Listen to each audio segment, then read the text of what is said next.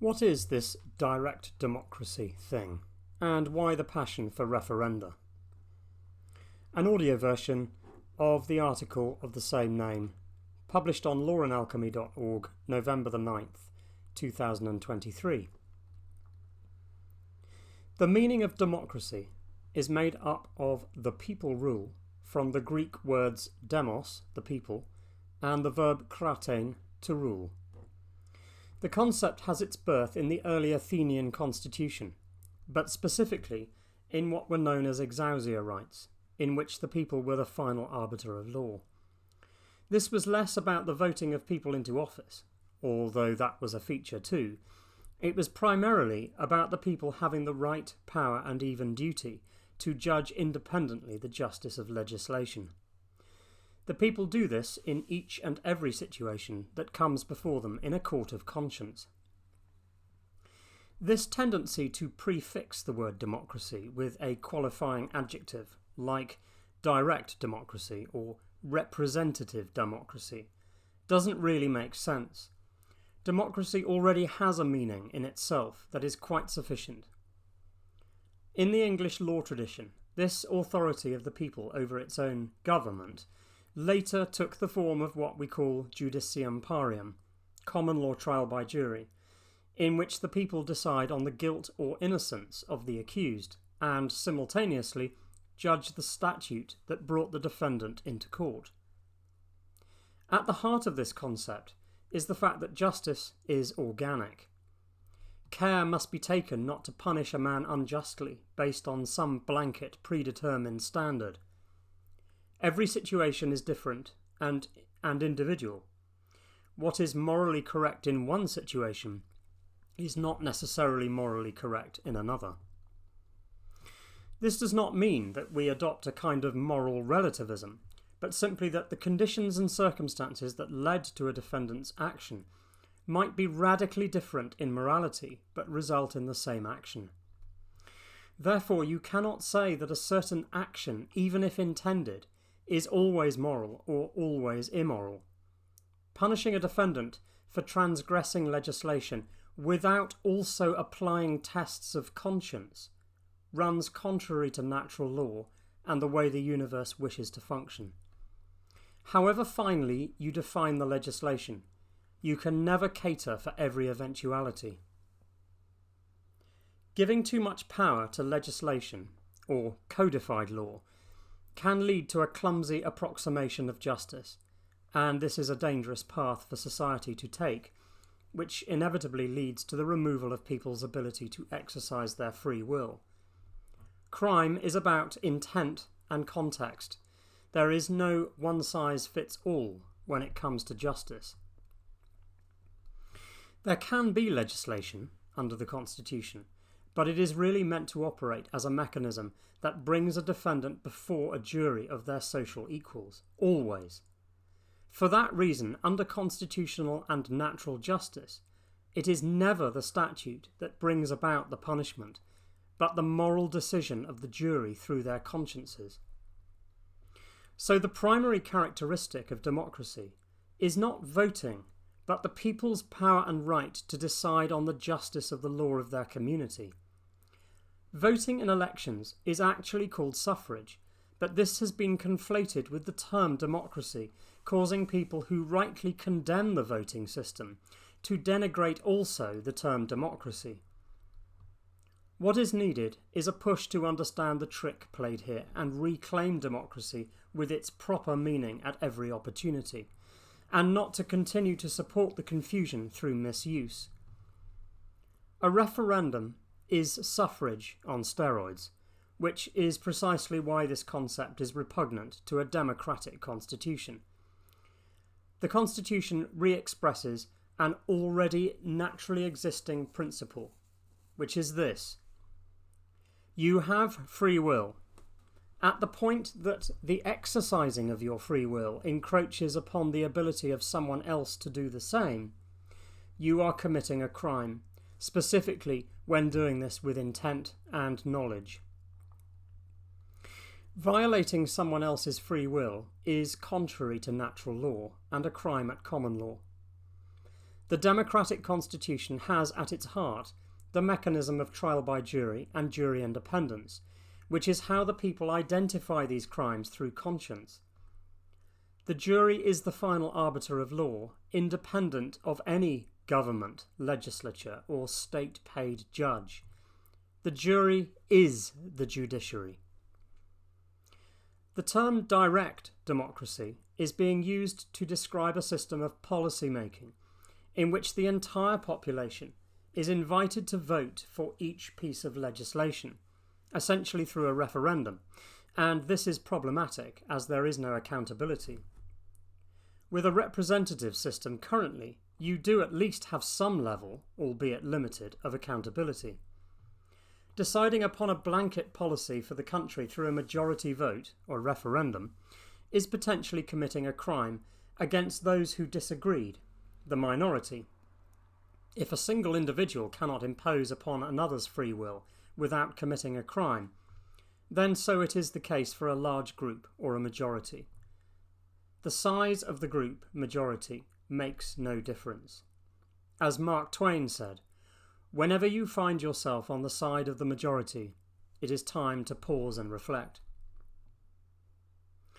In addition, further arguments against majority voting might include: the majority is often lazy in their thinking, or the majority have often reached their opinion simply because it's easier to follow the crowd, or the majority sometimes adopts an opinion because thinking the opposite might cause them to have to face difficult truths and they lack the courage, or the minority hold their opinion in the face of massive opposition and yet still do so despite this, or there must be some profound truth in the minority's opinion that contributes to their obstinacy, or the minority often takes more trouble and spends longer reaching their conclusion, or the truth is often unpleasant, and lastly, the opinion of the greater number is not necessarily more correct. All of those above points show that the majority often represents an unconscious choice, and one that is reached through a psychosis and an inability to reflect on the reality around them and the reality within themselves. As a recent meme that I spotted said, "I think the reward for conformity is that everyone likes you except yourself." A society that favours majority groupthink is largely made up of people who want the easy path, lie to themselves, wish to outsource difficult decisions, and are generally not taking responsibility for themselves. That society is demonstrating that it cannot be trusted to self-govern and is not ready to move to the top table of enlightenment. As Solzhenitsyn once said, the simple step of a courageous individual is not to take part in the lie. An additional reason why we are facing these challenges is because governance itself has become something different. Real governance is about making moral decisions and deciding on matters of justice. But the act of governing seems to have gone beyond its compatibility with natural law, by including matters of policy and social organisation. Now we have a problem that is directly related to the structure and scope of our society, because in order to have a society that is centrally organised, large, convenient, and big on compatibility and standardisation of systems, then trampling on each other's free will becomes inevitable. The convenience we gain from systems nationwide operating with compatibility, for example, so allowing us wherever we are in the country to operate consistently and predictably, may have to be sacrificed to a large extent. Central control and organisation that is imposed on us will infringe on people's free will. In order to mitigate against this collective desire to organise others, but instead return to a community that functions in alignment with natural law, we would most likely, I suggest, have to return to a localised community, in which policy is determined by people through a tribunal and is implemented by local public servants, whom we could meet in person if that is so desired. Centralised national policy making requires us to outsource aspects of our lives to distant, hidden controllers who are completely separated from the immediate and local needs. And that is not how the universe wishes us to live, whether you like it or not. Responsibility can only be engendered in a community in which its citizenry can closely witness and take part in the decision-making process and can bring accountability. A society that clamours for blanket central rules and policy by a faceless bureaucracy is a sick one and is living in opposition to natural law, the very principles that underpin the Constitution. Hence, this is why a referendum is repugnant to the Constitution, because the Constitution is there to protect the liberties of the people from a bullying collective. Andrew Bridgen's Parliamentary Sovereignty Bill. In order to demonstrate some of these misunderstandings that are prevalent even in the freedom movement, I'm going to use Andrew Bridgen's recent bill, the Parliamentary Sovereignty or Referendums Bill, as an example. Andrew has been brave in speaking out about various aspects connected with the COVID event and the vaccine, for which he is to be applauded. However, there are some serious misunderstandings and contradictions in this bill. The enthusiastic support for which by members of the freedom movement is further cementing our condition of slavery. Briefly, there are 3 points in particular. 1. This is unnecessary, because any handing over the country's sovereignty and our liberties is already precluded by the Constitution. 2. The concept of the referendum, which is unconstitutional for the reasons given above, promotes the erroneous belief that there is some inherent greater value in the opinion of the majority. And 3. The false claim of parliamentary sovereignty. And now to expand on this a bit. This is hugely important. So point 1, this bill is unnecessary. There is no need for precluding the government from giving away our sovereignty at some point in the future. Any attempt by government to do such things as hand our sovereignty to the EU, or the possible future actions of handing over decision-making powers and therefore sovereignty to organisations such as the World Health Organization or the World Economic Forum, is already unlawful under the Constitution. The reason they continue to try this, or threaten this, is simply because there are insufficient numbers pointing this out and drawing attention to this fact, and therefore they are getting away with it in practice. By ignoring the Constitution, the freedom movement, who should know better, is further propping up the lie that there are no lawful constraints already placed on the government to limit its powers. Very few actually challenge them on this. Point 2. Referenda. This action of using referenda is unconstitutional for the reasons explained already in this article. Worst of all, it promotes the erroneous belief that there is some greater inherent value in the opinion of the majority. The Constitution does not support this for the simple reason that a majority is often dangerous.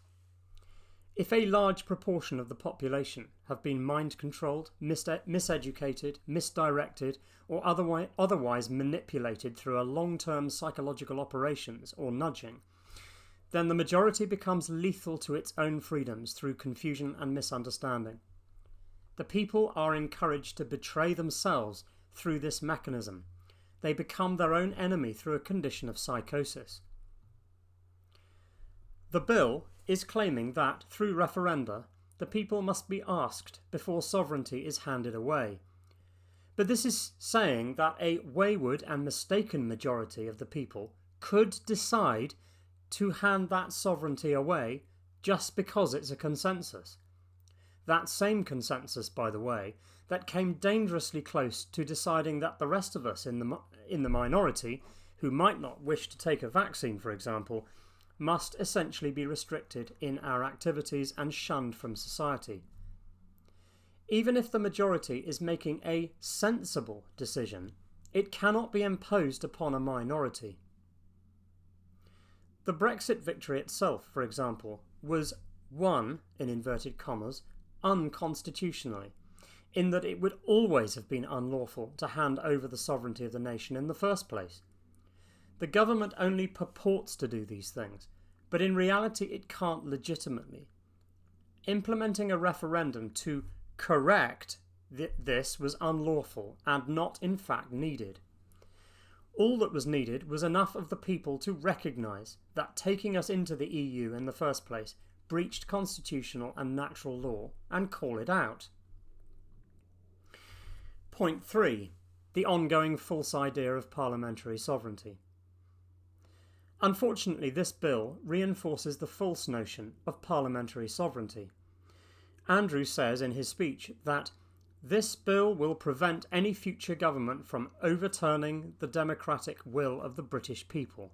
End quote. How? A piece of legislation can never bind any future government, because, as the government claims itself, quite correctly, any government can amend or repeal any prior piece of legislation. This means that legislation is weak and is not long-lasting. It does not mean that the government is powerful or Parliament is sovereign. This is the root of their misunderstanding and incorrect claims of parliamentary sovereignty. The only thing government cannot repeal or amend is constitutional law. All legislation must be in alignment with the Constitution, and government cannot write or amend constitutional law. The Articles of Common Law expressed in the 1215 Magna Carta that were already in existence hundreds of years prior is not legislation and therefore cannot be repealed by government. So the higher constitutional law binds government and its own subsidiary laws, called statute. Anything they write in statute cannot alter the framework in which the government itself sits. Conclusions and some home truths. By not being alert to these contradictions, members of the freedom movement are scoring own goals on the condition of their own slavery.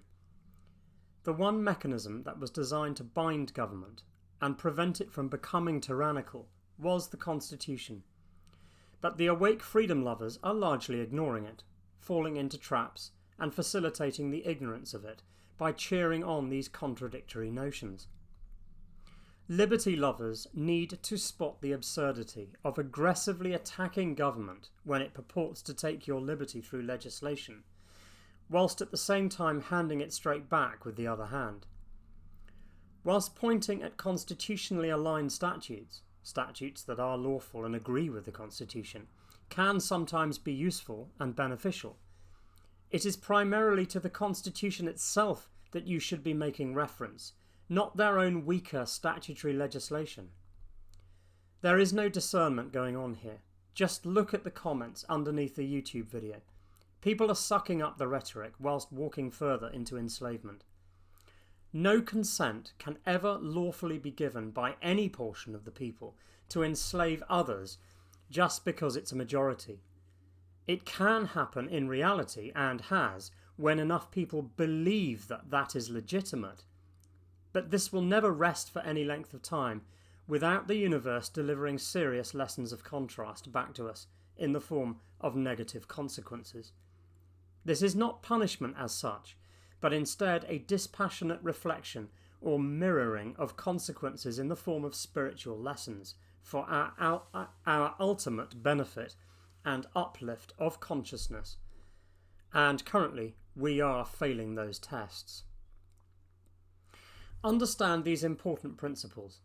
The majority cannot and must never have the power to hand over a minority's freedom. Not only must that not happen, but it ultimately cannot happen whilst remaining a reality in truth and in law, without serious repercussions in the form of karmic kickback. Clamouring for central authoritative government, or a majority through referendum, to command through legislation is fundamentally working against the functioning principles, patterns and tendencies of the universe. It is a distortion of the way the universe wishes to operate, and it will unravel painfully for all of us if this lesson is not learned and understood. WJK, 9th of 11, 2023.